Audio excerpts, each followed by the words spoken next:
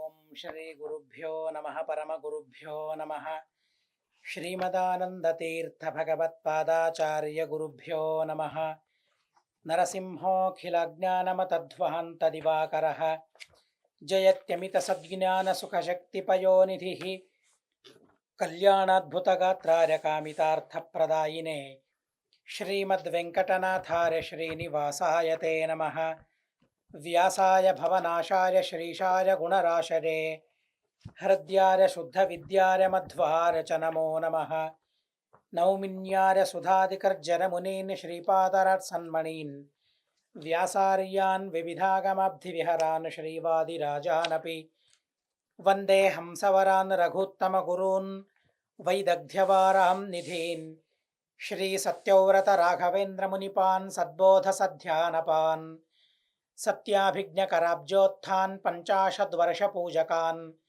సత్యప్రమోదతీర్థార్యాన్ నౌమిన్యారసుధారతాన్ బంధుస్త్వం గురురిష్టదైవతమితి త్వత్పాదపంకైరుహం ప్రాప్తం మాం పరిపాలయేతి సతతం యాచే నిబద్ధాంజలిః చిత్తం మద్గుణదోషచింతన విధౌ నూనం మనాంగ్మా కృథాః శ్రీసత్యాత్మగురో త్వదంఘ్రయుగలం హిత్వా నమే సద్గతిః విద్యాపీఠ విధాతారం విద్యావారిధి చందిరం విద్యార్థివత్సలం వందే మహామహిమ సద్గురుం నారాయణం సురగురుం జగదేకనాథం భక్తప్రియం సకలలోక నమస్కృతం చ త్రైగుణ్యవర్జితమజం విభుమాద్యమీశం వందే భవఘ్నం అమరాసురసిద్ధవంద్యం నారాయణం నమస్కృత్య నరం చైవ నరోత్తమం దేవీం సరస్వతీం వ్యాసం తతో జరముదీరయేత్ నారాయణాయ పరిపూర్ణగుణర్ణవాయ విశ్వోదరస్థితిలయోన్నియతిప్రదాయ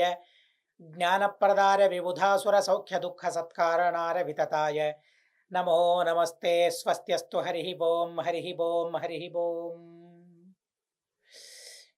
భగవంతుడు ఎంత కరుణామయుడో ఆ విషయాన్ని మనం తెలుసుకుంటూ ఉన్నాం. దుర్యోధనునికి యుద్ధ సహాయం కావాలని కోరి వచ్చినప్పుడు యుద్ధ సహాయం చేశాడు భగవంతుడు. యుద్ధానికి సహాయం చేశాడు. ఆ తరువాత ఎందరో శాంతిని కోరుకున్నారు. అందులోనూ భీమసేన దేవుల వారు కూడా శాంతిని కోరుకుంటూ ఉన్నాడు. కృష్ణునికి చెప్పాడు, కృష్ణయ్య ఎలాగైనా సంధానం చేయించవయ్యా, 5 నగరాలు చాలు పరిపాలించడానికి. కౌరవులకు ఊడిగం చేసుకుంటూ వారి దాస్యం చేసుకుంటూ బ్రతుకుతాం, కానీ యుద్ధం వల్ల ఎందరికి హాని కలుగుతుంది అనే విషయాన్ని కృష్ణునికి చెప్పాడు.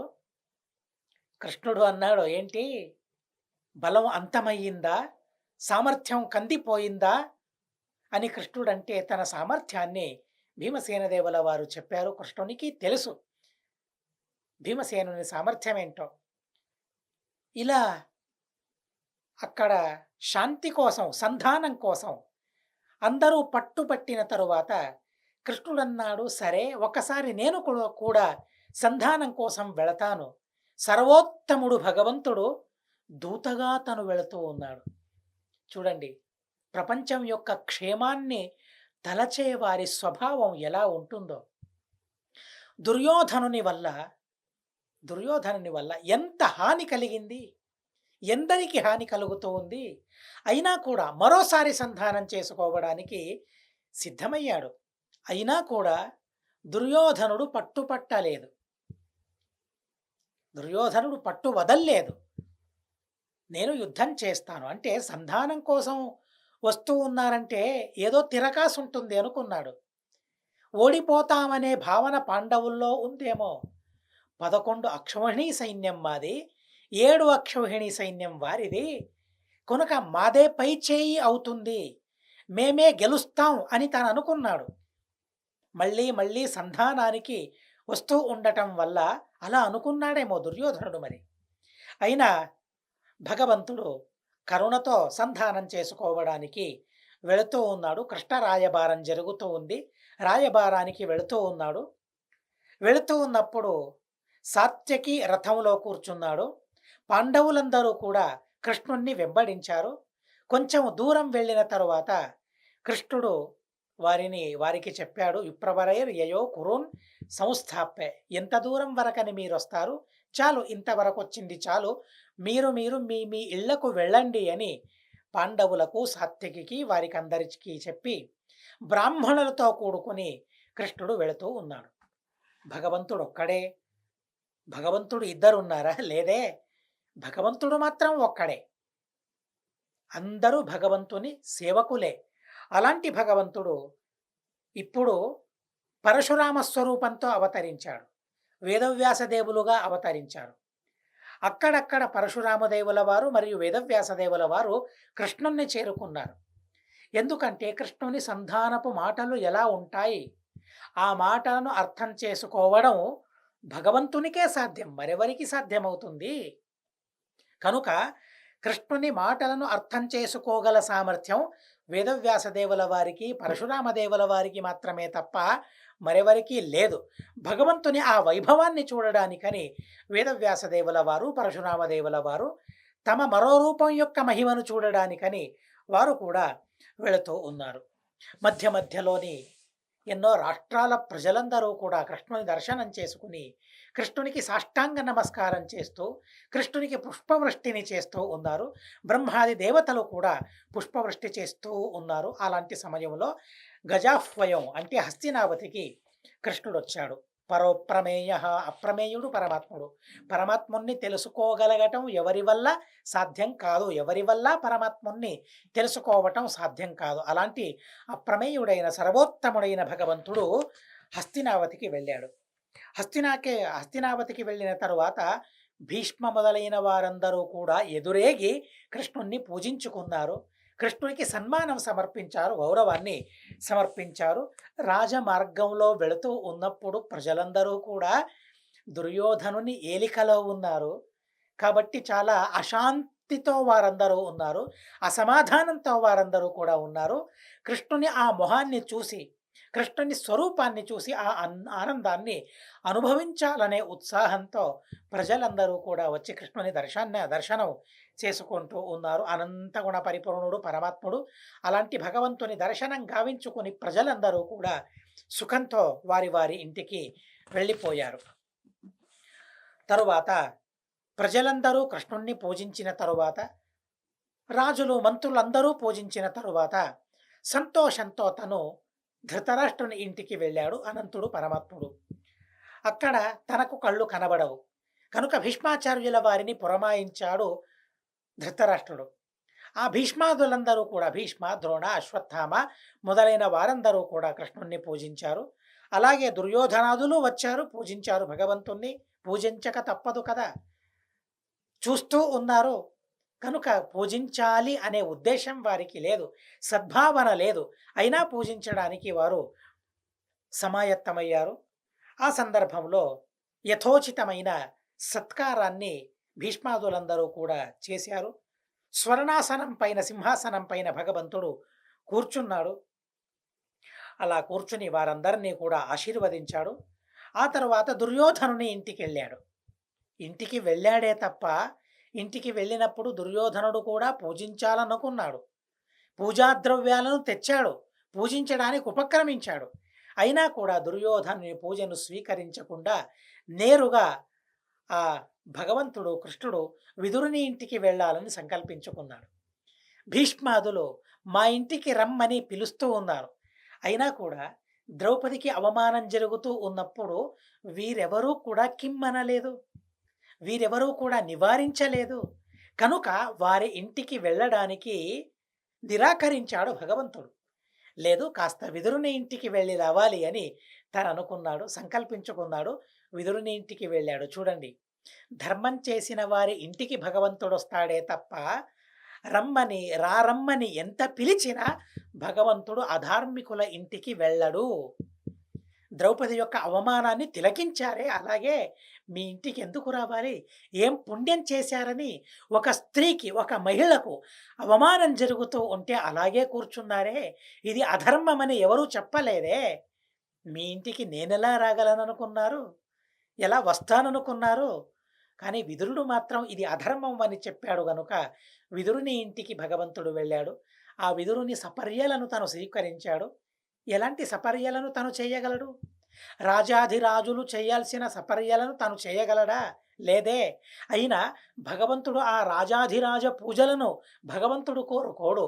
ప్రేమయుక్తమైన, భక్తియుక్తమైన పూజను, సన్మానాన్ని భగవంతుడు కోరుకుంటాడే తప్ప, రాజాధిరాజ యోగ్యమైన పూజను భగవంతుడు కోరుకోడు. అలా విదురుని ఇంటికి వెళ్ళాడు. విదురుని సత్కారాన్ని భగవంతుడు స్వీకరించాడు. స్వీకరించి అక్కడ విదురుణ్ణి అనుగ్రహించాడు. ఉపేక్షిత ద్రౌపదీత్యప్రమేయ జగామ గేహం విదురస్య శీఘ్రం. వేగంగా ఆ విదురుని ఇంటికి వెళ్ళి భక్తితో ఆ పూజను, భక్తితో చేసిన ఆ పూజను స్వీకరించాడు. ఏమి ఇచ్చుకున్నాడు భగవంతునికి? దుర్యోధనుడు ఏమివ్వడానికి సిద్ధమయ్యాడు? విదురుడు ఏమిచ్చాడు? దాన్ని గమనించాలి. భీష్మాదుల వారు ఏమిచ్చేవారు? సర్వసమర్పణం చేసుకునేవారా? లేదే. దుర్యోధనునికి తమను తాము సమర్పించుకున్నారు. అలా తమను తాము ఆ భీష్మాదులు కృష్ణుడికి సమర్పించగలరా? లేదే. సర్వసమర్పణం చేసుకోవాలి భగవంతుడు వచ్చినప్పుడు. సర్వసమర్పణం చేసుకోగల స్తోమత ఎవరికైతే ఉందో, ఎవరైతే చేయగలుగుతారో వారింటికే భగవంతుడు వెళతాడే తప్ప, అసమగ్రమైన పూజను చేసే వారి ఇంటికి భగవంతుడు వెళ్ళడు. ఏదో నెపంతో, ఉద్దేశ్యంతో, నిమిత్తంతో, కామంతో, అపేక్షతో, ఆశతో, అభిలాషతో పూజించాలని అనుకునే వారి ఇంటికి భగవంతుడు వెళ్ళడు. సర్వసమర్పణం చేసుకోవాలట. అలా విదురుడు సర్వసమర్పణ చేసుకున్నాడు. చూడండి, మమ్మల్ని గురించి మేము కూడా పట్టించుకోవాలి. భగవంతునికి సర్వసమర్పణం చేయగలమా? చేయాలి అన్నప్పుడే భగవంతుడు మా ఇంటికి రాగలడు. భగవంతుడి మా ఇంటికి వస్తాడు. విదురుడు సర్వస్వ సమర్పణాన్ని చేసుకుని ఆ భగవంతుణ్ణి పూజించాడు. చాలా ఆనందంతో, సంతోషంతో ఆ విదురుణ్ణి ఆశీర్వదిస్తూ, అనుగ్రహిస్తూ ఆ పూజను స్వీకరించాడు. భగవంతుడు ఆ రోజు అక్కడే విదురుని ఇంట్లోనే తను బస చేశాడు. ఆ రోజు గడిచింది. మరుసటి రోజు ధృతరాష్ట్రుని కొడుకు దుర్యోధనుడు కృష్ణుణ్ణి పిలుచుకొని వస్తూ ఉన్నాడు. కౌరవ సభను ప్రవేశింపజేశాడు. మణికంచన నిబద్ధమైన ఆసనంలో తనను కూర్చోబెట్టాడు. మునులందరూ ఉన్నారు. ఎలాంటి వారు? పరమార్థవేదిభి. ఏది పరమార్థమో, ఏది అపరమార్థమో, ఏది సత్యమో, ఏది అబద్ధమో, ఏది న్యాయమో, ఏది అన్యాయమో తెలుసుకున్నవారు మునులందరూ కూడా. దుర్యోధనుడు అన్యాయం చేస్తూ ఉన్నాడు. పాండవులకు అన్యాయం చేస్తూ ఉన్నాడు. బలవంతులకు అన్యాయం చేస్తూ ఉన్నాడు. గుణవంతులకు అన్యాయం చేస్తూ ఉన్నారనే పరమార్థాన్ని తెలుసుకున్న వారందరూ కూడా మునులు వాళ్ళు. అలాంటి మునులతో కూడుకుని ఆ సభ శోభిల్లుతూ ఉంది. అక్కడ కూడా భీష్మ మొదలైన వారందరూ కూడా సభలో భగవంతుణ్ణి పూజించారు. యథోచితమైన ఆసనాన్ని భగవంతునికి సమర్పించారు. మొట్టమొదట వివిధమైన కులాసా వార్తలు సంపన్నమైన తరువాత యోగ్యమైన కాలంలో కలికల్మషాపహుడైన, కలి మాలిన్యాన్ని తొలగించగల సామర్థ్యం భగవంతునికి మాత్రమే ఉంది. అలా భగవంతుని మాటలు ఎలాంటివంటే కలి మాలిన్యాన్ని తొలగించగల సామర్థ్యం ఆ మాటలకు ఉన్నాయి. అలాంటి మాటలను, అలాంటి ఉపదేశాన్ని భగవంతుడు చేస్తూ ఉన్నాడు. కృష్ణుడు సందేశం ఇచ్చాడు. వైచిత్రవీర్య స్వకులస్య వృద్ధ్యై ప్రదేహి రాజ్యం తవ సత్సుతాయ యశశ్చ ధర్మం పరమం ప్రసాదం మమ త్వమాప్నోషి తవైవ రాజన్. చూడండి, ఎంతగా ధృతరాష్ట్రునికి బోధిస్తూ ఉన్నాడు భగవంతుడు. అయినా కృష్ణుని మాటల్నే పెడచెవిన పెట్టాడు ధృతరాష్ట్రుడు, దుర్యోధనుడు కాదు. దుర్యోధనునిపైని మమకారంతో ధృతరాష్ట్రుడు మంచివాడు, సజ్జనుడు, ధృతరాష్ట్ర అనే గంధర్వుడు మూల రూపంలో అలాంటి మహానుభావుడే కృష్ణుని మాటల్ని పెడచెవిన పెట్టాడు. ఇక మా పరిస్థితి ఏంటి ఆలోచించాలి. ఎలాంటి అనర్థం మాకు కలుగుతుందో కృష్ణుని మాటల్ని జబదాటితే. కృష్ణుడు మాకేం చెప్పాడు అని అనుకుంటారా? అహరహ సంధ్యాముపాసీత, ముప్పూటలా సంధ్యావందనం చేయాలి. ఎవరి ఆదేశం ఇది? కృష్ణుని ఆదేశమే ఇది. మన్మనాభవ, మనస్సు నాయందు ఉంచమని కృష్ణుడు చెప్పాడు. మద్భక్తో భవ, నా భక్తుడవు కావాలని భగవంతుడు చెప్పాడు కృష్ణుడు. మద్యాజీ, నన్ను ఉద్దేశించి యాగం చేయమన్నాడు కృష్ణుడు. మాం నమస్కురు, నన్ను నమస్కరించమన్నాడు భగవంతుడు. ఇన్ని ఉపదేశాలను భగవంతుడు చేస్తే ఆ ఉపదేశాన్ని పరిపాలిస్తూ ఉన్నామా? లేదే. ఉపదేశాన్ని పరిపాలించాలి, ఉపదేశాన్ని ఆలకించాలి, శ్రద్ధతో ఆలకించాలి. భగవంతుడు చెబుతూ ఉన్నాడు, ధృతరాష్ట్ర, నీ కులాభివృద్ధి జరగాలంటే నీ సత్సుతుడు ఎవరైతే ఉన్నాడో, చూడండి ఎలాంటి పదం ప్రయోగం చేస్తూ ఉన్నాడో, దుర్యోధనాదులు నీ కొడుకులే నిజమే. కానీ తన వల్ల నీకు మంచి జరగదు. తన వల్ల నీకు సద్గతి కలగదు. ధర్మరాజు చేసిన శ్రాద్ధం వల్ల నీకు సద్గతి కలుగుతుందే తప్ప, దుర్యోధనుడు చేసిన శ్రాద్ధం వల్ల నీకేం కలుగుతుందసలు? ఎలాంటి సద్గతి నీకు కలుగుతుంది? పక్షమాసం సంపన్నమవుతూ ఉంది. పితృవుల ఉద్దేశ్యంతో శ్రాద్ధ కర్మ చేయాలి. తద్దినం పెట్టాలి. పిండ ప్రదానం చేయాలి. తర్పణం చేయాలి. భగవంతునిపైని భక్తితో మనం ఈ కర్మలను చేయాలి. అలా భక్తితో నీకు సద్గతిని సంపాదించి పెట్టేవారెవరు? సత్సుతుడెవరు? ధర్మరాజు తప్ప మరెవరూ కాదు. కనుక తనకు నువ్వు రాజ్యం ఇవ్వాలి. తనకు నువ్వు రాజ్యం ఇవ్వాలి. సవసత్సుతాయ యశశ్చ ధర్మంచ పరం ప్రసాదం. దానివల్ల పాండవులకు రాజ్యం ఇవ్వడం వల్ల నీకు కీర్తి కలుగుతుంది. నువ్వు ధర్మం చేసిన వాడవవుతావు. నా పరమ ప్రసాదానికి నోచుకుంటావు నువ్వు. లేదంటే నా పరమ ప్రసాదం నీకు దక్కదు, కీర్తి దక్కదు, ధర్మం దక్కదు. చేసిన ధర్మమంతా నష్టమవుతుంది. కనుక పాండవులకు నువ్వు రాజ్యం ఇవ్వాలి అని భగవంతుడు బోధించాడు. ఇలా చేయకపోతే నా విరోధాన్ని కూడగట్టుకున్నవాడవవుతావని కూడా భగవంతుడు చెప్పాడు. అలాంటప్పుడు ధృతరాష్ట్రుడు ఏమని చెప్పాడో గమనించండి. ఇతీరిత ప్రాహ మమాతివర్తినం సుతం స్వయం మే ప్రతిబోధయేతి. కృష్ణ, ఎన్నిసార్లు చెప్పి చూశాను నేను. నా మాటలను వింటాడా తను? లేదే. నన్నే అతిక్రమిస్తూ ఉన్నాడు తను. తనకు బోధించే సామర్థ్యం నాకు లేదు. నువ్వు సమర్థుడివి కదా, నువ్వే తనకు బోధించకూడదు అని కృష్ణునికే చెప్పాడు. సరే, భగవంతుడు వెళ్ళాడు. దుర్యోధనుని దగ్గరికి వెళ్ళి ఎంతగానో బోధించాడు.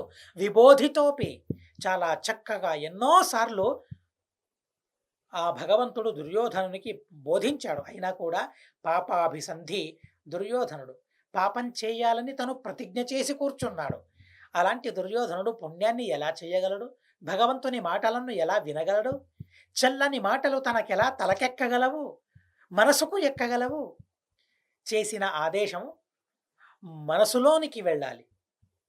ఆ మనసును స్పృశించాలి. మనసుకు హత్తుకోవాలి. అలా భక్తితో గురువుల మాటలను వినాలి, భగవంతుని మాటలను వినాలి. అలా వినే సామర్థ్యం తనకుందా? లేదే.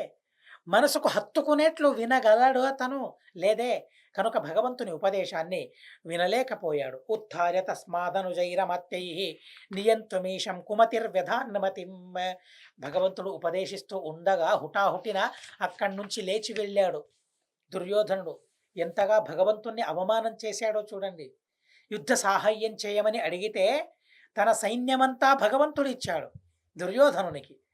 అలాంటి భగవంతుడు స్వయంగా తన ఇంటికి వచ్చినప్పుడు తనలా గౌరవించుకోవాలి, సత్కరించాలి.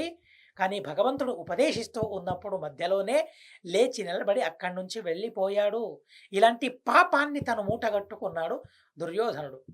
కృష్ణుడన్నాడు చివరికి, అవిస్థల, వ్రకస్థల, మాకంది, వారణావత, ఈ 4 నగరాలను పాండవులకు ఇవ్వండి. చివరికి ఏదో ఒక నగరాన్ని, ఇలా 5 నగరాలను వారికిస్తే వారంతట వారు సుఖంగా ఆ రాజ్యాలను పరిపాలించుకుంటూ ఉంటారు. దానివల్ల మీకు ఎలాంటి అనర్థం జరగదు అని ఎంతగా బోధించినా కూడా పెడచెవిన పెట్టేశాడు దుర్యోధనుడు. భగవంతుణ్ణే బంధించాలనుకున్నాడు. ఉపదేశం చేస్తూ ఉన్న తన మంచి కోరి తన దగ్గరికి వచ్చి రాయబారాన్ని సంపన్నం చేసుకోవాలని వచ్చిన ఆ కృష్ణుణ్ణే బంధించాలని ఆలోచించాడు దుర్యోధనుడు. కృష్ణుడు చిన్నప్పుడు తనను యశోదాదేవి బంధించాలని అనుకుంది. యశోదాదేవి కృష్ణుణ్ణి పట్టుకోలేకపోయింది, పరుగెత్తి పట్టుకోలేకపోయింది. అలసిపోయింది, సొలసిపోయింది యశోదాదేవి. ఆ అలసటను గమనించాడు కృష్ణుడు. అయ్యో, ఎంత శ్రమ నన్ను పట్టుకోవాలని. కనుక పట్టుబడిపోయాడు కృష్ణుడు యశోదమ్మకు భక్తి పాశంతో. బద్ధుడైపోయాడు భగవంతుడు. తరువాత కృష్ణుణ్ణి బంధించాలని యశోదాదేవి ఆలోచించింది. బంధించగలిగిందా? ద్వ్యంగులో నమభూత్తత్ర. భాగవతంలో మీరు విన్నారు. 2 అంగుళం తక్కువయ్యిందట. 2 అంగుళం తక్కువ అయ్యిందట. దయచేసి నా ప్రార్థన మీ అందరికీ కూడా, ఎవరైతే భాగవతాన్ని వినలేదో, ఆ భాగవతం అధ్యాత్మవాణిలో ఇంకా ఉంది.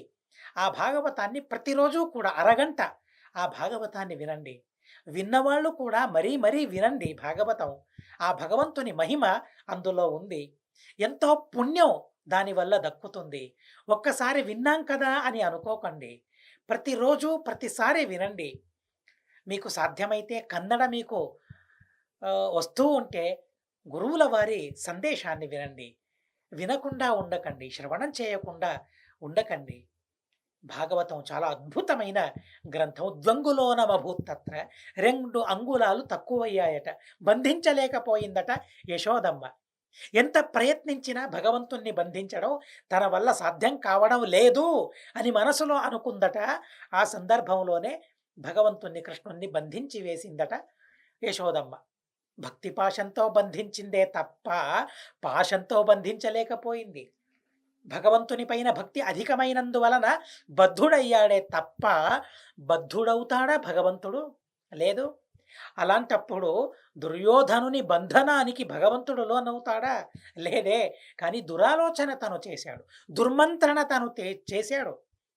శకుని, కరణ, వికరణ మొదలైన దుశ్శాసన మొదలైన దుష్టులతో కూడుకుని కృష్ణుణ్ణెలా బంధించాలని తను ఆలోచించాడు. అతో వికరణ ప్రముఖ అపిస్మ వధ్యత్వమార్యన్న శుభాం గతించ. కనుక ఆ దుశ్శాసన, దుర్యోధన, వికరణ మొదలైన వారందరూ కూడా సంహరింపబడ్డారు. ఎందుకని? భగవంతుణ్ణి ద్వేషించారు కాబట్టి. బంధనమే లేని భగవంతుణ్ణి బంధించాలని వారు సంకల్పించుకున్నారు కాబట్టి వారి సంహారం జరిగింది. వారిలో కర్ణుడు కూడా ఒకడు. కానీ కర్ణుడు సూర్యదేవత, సూర్య భగవానుడు తను. అయినా కూడా ఆ దుర్యోధనునికి ప్రియం చేయాలి, దుర్యోధనునికి మంచి చేయాలనే ఆలోచన తనకు. ఎందుకు? సహస్రవర్మ అనే దైత్యుని సమాగమం తనలో ఉంది కాబట్టి చెడుగా ఆలోచిస్తూ ఉన్నాడు. తను మంచివాడైనా దుష్ట ప్రభావం వల్ల తను కూడా దురాలోచన చేస్తూ ఉన్నాడు. కానీ భావతో నైవ దుష్ట, స్వాభావికంగా తను దుష్టుడు కాదు. కనుక స్వాభావికంగా తను దుష్టుడు కాదు కాబట్టి తనకు కూడా సద్గతి కలిగింది. ఎవరైతే దైత్య స్వభావంతో, దుర్భావనతో ఆలోచించారో భగవంతుణ్ణి బంధించాలని, వారందరికీ కూడా దుర్గతి కలిగింది. ఆ సందర్భంలో ఋషులు, పరశురామ, వేదవ్యాసదేవుల వారు వీరందరూ కూడా చెబుతూ ఉన్నారు దుర్యోధనునికి, నువ్వు చేసేది అబద్ధం, అలా చేయకూడదు. తల్లిదండ్రులు చెప్పారు, భీష్మాదుల వారు చెప్పారు. అయినా కూడా దుర్యోధనో మంత్రయతే ముకుందస్య అనుబంధనం. ఎలాంటి పదప్రయోగం చేస్తారో ఆచార్యులారు గమనించండి. తనెవరు? ముకుందుడు.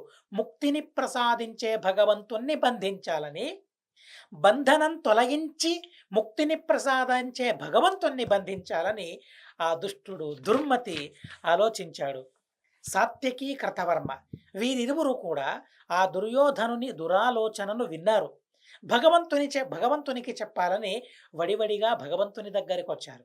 ఏంటి, భగవంతునికి తెలియదా? దుర్యోధనుని దుర్మంత్రణ భగవంతునికి తెలియదా? పసిగట్టలేకపోయాడా? శ్రీమదాచార్యుల వారంటారు, జానన్యప్యఖిలం కృష్ణ తచ్చురత్వ సాత్యకేన ముఖాత్. సాత్యకి, కృతవర్మ ఇరువురు విన్నారు.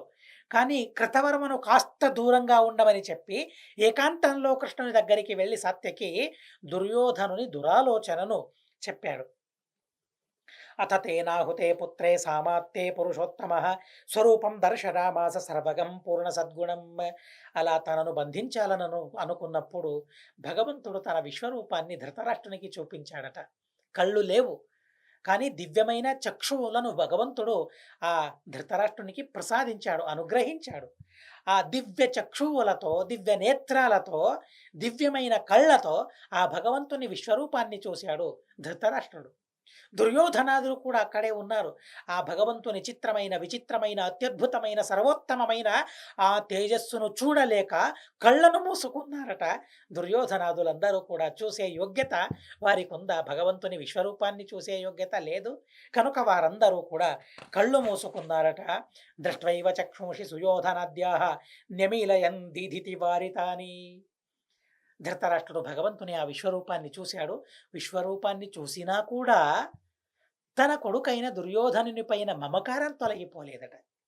మమకారం అనే అంధకారం ఏదైతే ఉందో ఆ అంధకారం అలాగే తనలో ఉంది. అయినా కూడా భగవంతుడిని ప్రార్థించాడు. తను మంచివాడు, సజ్జనుడు, ధృతరాష్ట్ర అనే గంధర్వుడు గనుక భగవంతుణ్ణి ప్రార్థిస్తూ ఉన్నాడు. భగవన్మమ నేత్రాణం అంతర్ధానం వ్రణే పునః భవంతం ద్రష్టుమిచ్చామి నాణ్యం ద్రష్టుమిహోత్సవే. భగవంతుని దివ్యమైన ఆ విశ్వరూపాన్ని చూసినప్పుడు తనలోని మంచితనము ఉద్బుద్ధమయ్యింది. మంచితనంతో భగవంతుని సర్వోత్తమత్వాన్ని తన అర్థం చేసుకోగలిగాడు. భగవంతునికి ప్రార్థించాడు, నాథ సర్వోత్తమ మమ స్వామి సర్వస్వామి, ఓ శ్రీహరి శ్రీకృష్ణ, నిన్ను చూసిన ఈ కళ్ళతో ఈ ప్రపంచాన్ని చూడాలని నాకు అనిపించడం లేదు, కనుక నా కళ్ళను తీసివేయమన్నాడు. నా దృష్టిని నాశనం చేయమన్నాడు. దృష్టిని ప్రసాదించావు, దృష్టిని అనుగ్రహించావు. నువ్వు అనుగ్రహించిన కళ్ళు అలాగే ఉండాలని తను కోరుకోలేదు. నిన్ను చూసిన ఈ కళ్ళతో దుర్యోధనుణ్ణి చూడాల్సిన పరిస్థితి ఏర్పడుతుందో ఏమో, కనుక నాకు ఈ కళ్ళు వద్దు అన్నాడు ధృతరాష్ట్రుడు. తన కళ్ళను అలాగే నాశనం చేశాడు. అనంత శక్తి పురుషోత్తమోసౌ శక్తోపి దుర్యోధన చిత్త నిగ్రహే నైవ వ్యధాదేన మథోక్తకారిణం నిపాతయన్నంధతమస్యనంత. భగవంతుడు అనంత శక్తి గలవాడు, పురుషోత్తముడు. తను దుర్యోధనుని మనసును కూడా మార్చగల సామర్థ్యం కలవాడు. కానీ ఆ యోగ్యత తనకుందా?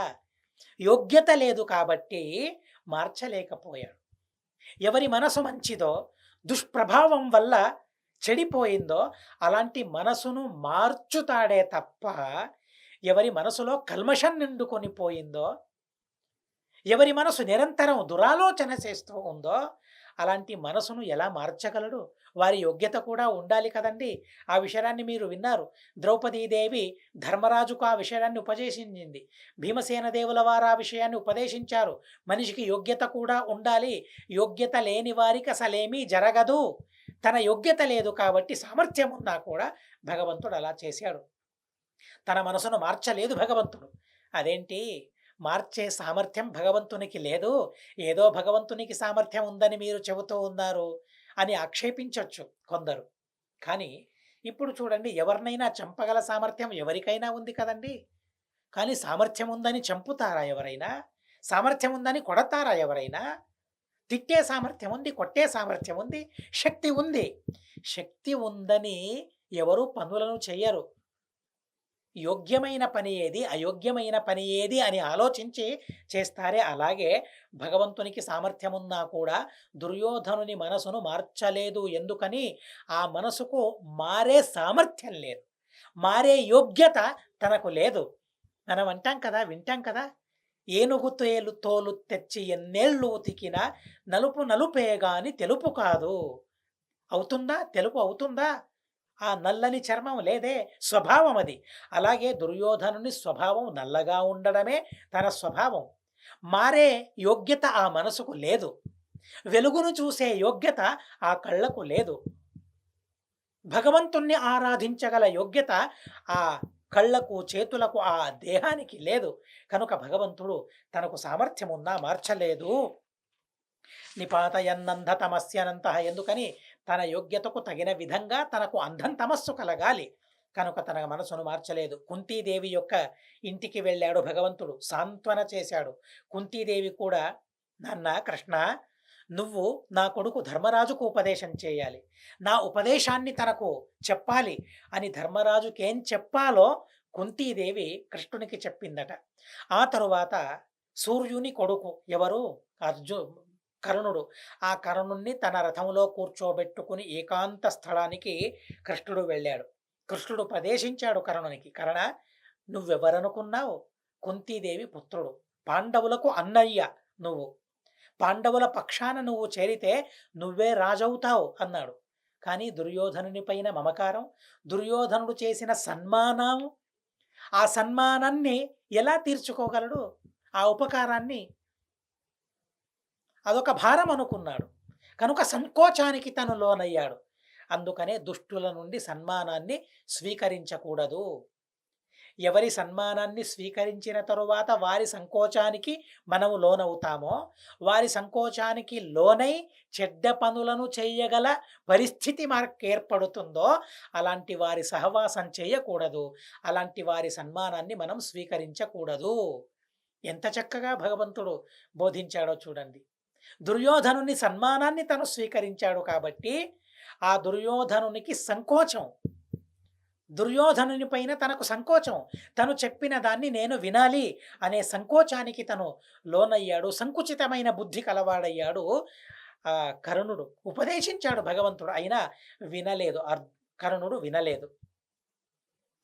అలా కృష్ణుడు కర్ణునికి చెప్పిన తరువాత కుంతీదేవి కూడా కర్ణుని దగ్గరికి వెళ్ళింది.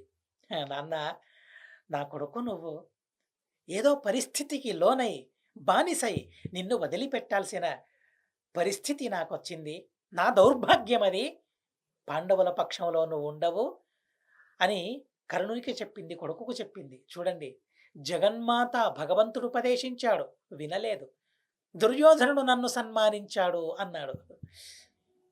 అదేంటి, కృష్ణుని ఉపకారం తన పైన లేదా? ఉందే. ఆ కృష్ణుని ఉపకారానికి అనుగుణంగా కృష్ణుడు చెప్పినట్లు తను చేయొచ్చు కదా. లేదు, లేదన్నాడు తను. తల్లి వచ్చి చెప్పింది, సన్మానం చేశాడని దుర్యోధనుని మాటను వినాలని, దుర్యోధనుని పక్షంలో ఉండాలని, పాండవుల్ని సంహరించాలని తను సన్మానించుకున్నాడు, సంకల్పించుకున్నాడు. కానీ తనను కన్న తల్లి కదా కుంతీదేవి. సరే, ఏ పరిస్థితిలో తనుందో, తప్పు చేసింది, అయినా కన్నది కదా తనను. కన్న తల్లి ఎదురుగా వచ్చి ప్రార్థిస్తూ ఉన్నప్పుడు ఏం చెప్పాడు తను? ఏం చేశాడు తను? కన్న తల్లిని గౌరవించాడా? లేదే. కన్న తల్లిపైనే విరోధాన్ని పెంచుకున్నాడు కర్ణుడు. తల్లికి చెప్పాడు, అమ్మ, దుర్యోధనుడు నన్ను సన్మానించాడు. దుర్యోధనుడు నాకు పట్టెడు అన్నం పెట్టాడు. దుర్యోధనుడు నాకు రాజ్యం ఇచ్చాడు. తనను వదిలి ఎలా రాగలను నేను అన్నాడు కర్ణుడు. సరే, నువ్వు ప్రార్థిస్తూ ఉన్నావు కాబట్టి అర్జునుని మినహాయిస్తే ఎవరిని నేను సంహరించను అని చెప్పాడు. ఏంటి, భీమసేన దేవుల వారిని సంహరించడం తన వల్ల సాధ్యమవుతుందా? ద్రోణ పర్వంలో అసలు ఎన్ని ముప్పు తిప్పలు పెట్టాడని భీముడు కర్ణునికి, ఎన్నిసార్లు కర్ణుణ్ణి ఓడించాడు. ఆ ద్రోణ పర్వాన్ని మనం వినాలి.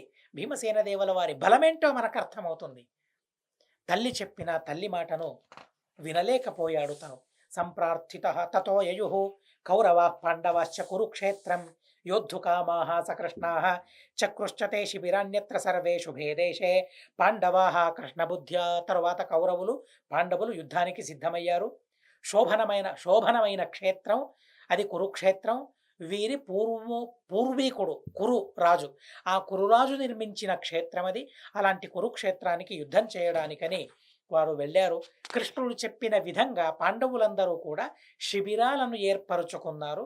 యుద్ధానికి అక్కడ సిద్ధతను వారందరూ కూడా చేసుకుంటూ ఉన్నారు అనే విషయాన్ని ఈ 24వ అధ్యాయంలో చెబుతూ ఉన్నారు. ఇది శ్రీమదానందతీర్థ భగవత్పాదాచార్య విరచితే శ్రీ మహాభారత తాత్పర్య నిర్ణయే యుద్ధోద్యోగో నామ 24వ అధ్యాయ. ఇక 25వ అధ్యాయం భీష్మ పర్వాన్ని వివరించే అధ్యాయం. ఈ అధ్యాయంలో భీష్ముని పతనం జరుగుతుంది, భీష్ముని సంహారం జరుగుతుంది. అలాగే భీష్ముని సేనాపత్యం అటువైపు. భగవంతుడు కృష్ణునికి గీతోపదేశాన్ని చేస్తాడు. శ్రీకృష్ణుడు తను చక్రాన్ని ధరిస్తాడు. ఇరావంతుని సంహారం జరుగుతుంది. భీమార్జునుల అత్యద్భుతమైన పరాక్రమం ఈ భీష్మ పర్వంలో వినడానికి వినసొంపుగా ఉంటుంది. అలాగే భీష్ముని మరణం, భీష్ముని పతనం అనేది ఈ అధ్యాయంలో జరుగుతుంది. ఇది భీష్మ పర్వాన్ని వివరించే అధ్యాయం. ఇలాంటి భీష్మ పర్వాన్ని మళ్ళీ మనం క్రమంగా విందామని చెబుతూ అస్మద్ గురువంతర్గత తాత్విక దేవత అంతర్గత భారతీరమణ ముఖ్య ప్రాణాంతర్గత శ్రీకృష్ణార్పణమస్తు. అక్షరం కర్మ రస్మిన్ పరే స్వర్పితం ప్రక్షరం యాంతి దుఃఖాని యన్నామతః అక్షరో యో అజర సర్వదేవామృతః కుక్షిగం యస్య విశ్వం సదా అజాదికం ప్రణరామో వాసుదేవం దేవతా మండలా ఖండమండనం. హరి ఓం హరి ఓం హరి.